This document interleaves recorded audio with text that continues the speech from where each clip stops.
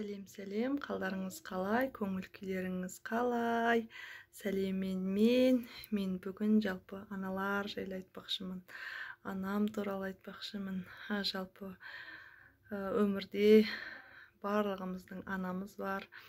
Анамыз бен әкемізді кімнен туылатынымызды, қандай болатынымызды және қай жерде туылатынымызды біз таңдай алмаймыз. Осы таңдау берілмеген, бірақ Құдайдың құдіретімен, Аллах тағаланың құдіретімен маған керемет ана бұйырған, әке бұйырған. Менің анам таңды таңға жалғап, ісін істеп, отын жағып, үйін маздасып, бала шағасының жүргегін құрғатып, үйіне бақыт пен береке ұйытқан адам болған. Менің анам жалпы 7 құрсақ көтерген, оның ішінде егізі де болған. Оған қарамастан қазіргідей памперс жоқ заманда сол баланы қарап, отын жағып, жолдасының бағын асырып, тіпті керек болса малына да қарасқан адам. Әкем өзі құсбегі болған адам, сері болған адам. Жалпы біздің ауылымызда біздің әкемізді барлық адамдар сері аға деп атайды. Өте сері кісі. Сондықтан ол серілігінің жалпы кез келген бір бағы жанған ер азамат болатын болса, сол ер азаматтың артында мықты әйел тұрады дейді ғой. Мен осыған көзім анық жетті. Расымен, біздің анамыз өте ісмер адам болған. Менің өзім тоқыма тоқып, іс тігіп, терме тоқып, жүн түтіп, кигіз басып, өрнек ойып, жәнегі сондайды көріп өскен адаммын. Іркіт пісіп, май шайқап, құрт жайып, өріде құрт кептірген ауылдың қызымын. Соған қарап отырып, менің анам ерте тұратын. Түске дейін дудырап, жатып ұйықтау деген өмірінде болмаған. Әкеміз үйден шығып кетсе, қайда кетті деп алаңда отыратын. Бірақ ешқашан қайда жүрдің, қайда тұрдың, қайда бардың деген сұрақты сұрамаған. Мен ондайды естімегем. Үй ішінде айқай-шу боп, үлкен бір әңгіме боп, ондайда болып көрмеген екен. Мен қазір ойланып отырып таң қалам. Біз қандай қоғамда, қандай өмір сүріп жатырмыз деп. Біз секілді дайын тефалға шай қоя салуды болмаған. Пешін жағып, қиын жағып, тезегін теріп, сондай пешке тамақ істейтін. Үйден кісі шығып жататын, кіріп жататын, биесін сауып, іркітім қымызын пісіп, омен қоса қой ешкіні де нетіп, іркітім пісіп, айранын ұйытып, ірімшігін ірітіп, таңнан күні кешке дейін өз отбасының ұйытқысы болып, өзінің ісіне өте берік адам болатын. Өсек айту, сөз теру, сөз тасу деген ондай мүлде болмаған.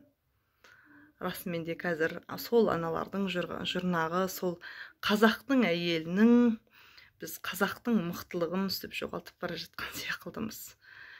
Қаншама жыл, мысалы, отасып жүрген кезде мен бір рет менің шешемнің төркініне кетіп қалғанын білмейді екем. Ондай болмапты. Ұрсу, бір-бірімен жаға жыртысу, жәнегі жолдасымен сөз таластыру деген болмапты. Бізге тіпті әкең келе жатыр деген кезде біз тып-тыныш отырамыз. Біздің әкеміз бір тиран, бір қиын адам болмаған, бірақ біз үшін әке деген бір өте үлкен мәртебе болады. Мен қазіргі жасқа дейін әкемнің алдынан өтіп, әкемнің бетінен алып сөз айтып көрмеппін, расымды айтайын.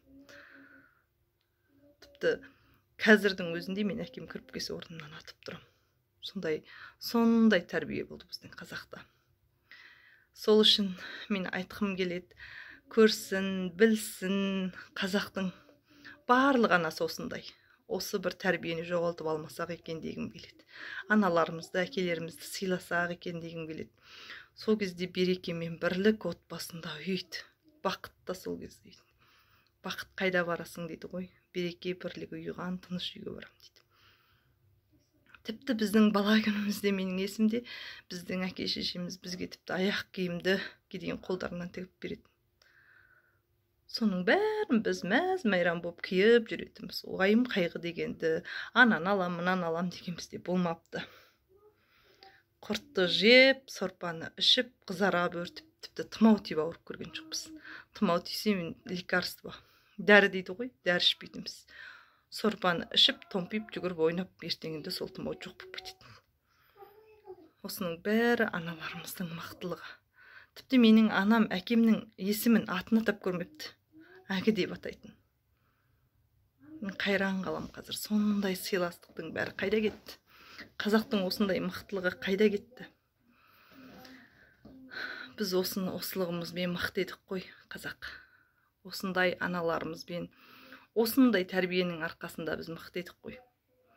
Біздің үйде 6-7 бала болса, жетеуінің бір дыбысы шығып, айғайлап, шулап жатқан білмейді екен. Ойнайтынбыз, ойнағанбыз біз. Ойнағанда ойынның көкесін ойнайтынбыз. Телефонға телміріп отырмаппыз. Ертегілерді айтып беретін, тігінін тігетін, ісін істейтін, жүнін түтіп кигізін басатын біздің аналарымыз. Қыста тіпті бір жай бір өліп қалған қозының терісінің өзін илеп, жаңағыдан бізге ішік тігіп беретін. Бұйра әдемі ішік жығатын.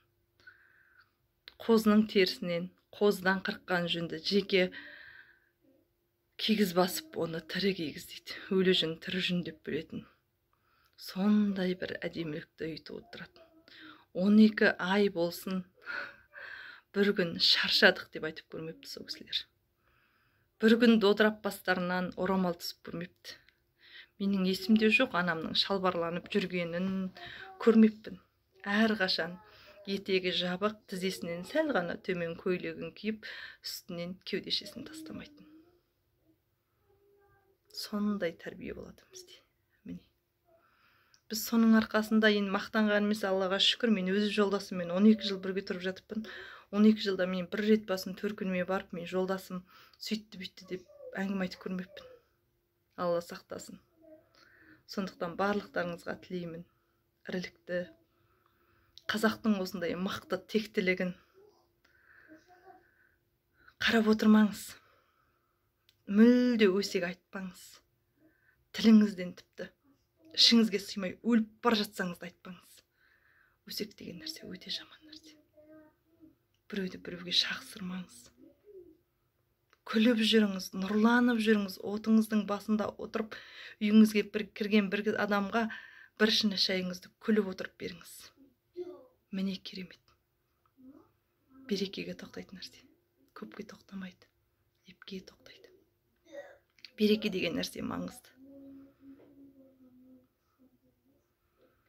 Сондықтан берекелі әйел болғыңыз келсе, мақтылықты үйренгіңіз келсе, байлықты ұстап қалғыңыз келсе, ең бірінші отбасыңызда отағаңызбен, жолдасыңызбен мықты болыңыз. Мүмкін жолдасыңыздың бір нәрсеге шамасы келмей жатқан шығар. Үндемеңіз. Ол еркек. Бәрібір ішінде рухы бар, балам үшін деп тырысатын еркек. Тіпті сіздің сұмырай деген, қолынан түк келмейді, ез деген еркегіңіздің өзінде ішінде керемет рух жатады. Пірі болады. Еркектің пірі деген болады. Еркектің пірі, еркектің еркектігі ол әрқашан.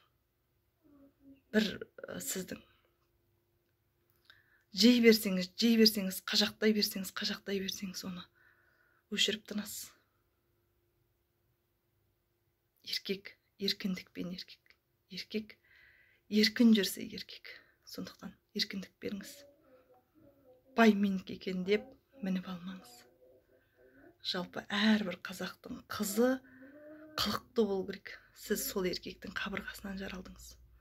Қабырғасынан шығып сіз бас бола алмайсыз.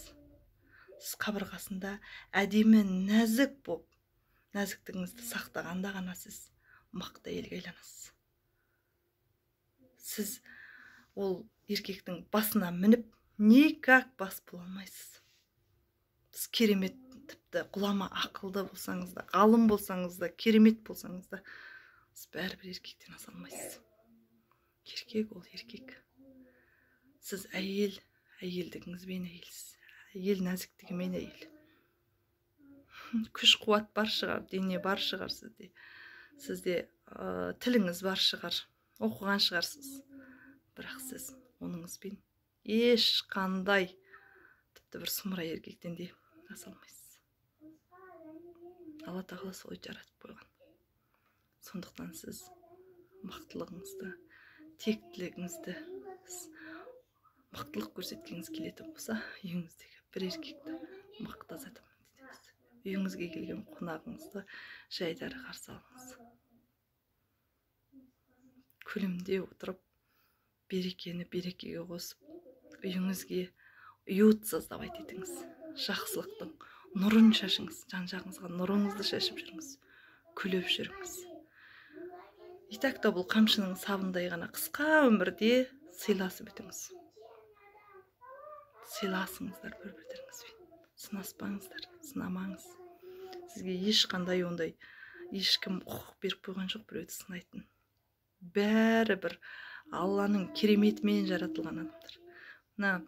18 мың ғаламды бір-бірімен үйлестіріп жаратып қойған Алла тағала сізге келгенде шатасып қалды деп ойлайсыз ба? Жоқ. Сіз қандайсыз? Сіздің жолдасыңыз сондай. Сіз қандайсыз? Сіздің айналаңыз сондай. Сіз қандайсыз? Сіздің отбасыңыз, сіздің тәрбиеңіз сондақтай. Сіз тәрбиеңіздің мықты екенін білдіргіңіз келсе, сіз мықты, расымен мықты екеніңізді білдірткіңіз келсе, мықтылығыңызды сақтап, өзіңіздің орныңызды біліңіз. Күліп жүріңіз. Әйел әйелдігімен әдемі, еркек еркіндігімен әдемі. Сондықтан керемет отбасылардың, қазақтың әдемі, керемет әдет-ғұрыптарын сақтап, бір мықты шаңырақтардың иесі бола берейік. Алла әрқайсыңызға бақыт, береке, байлық берсін.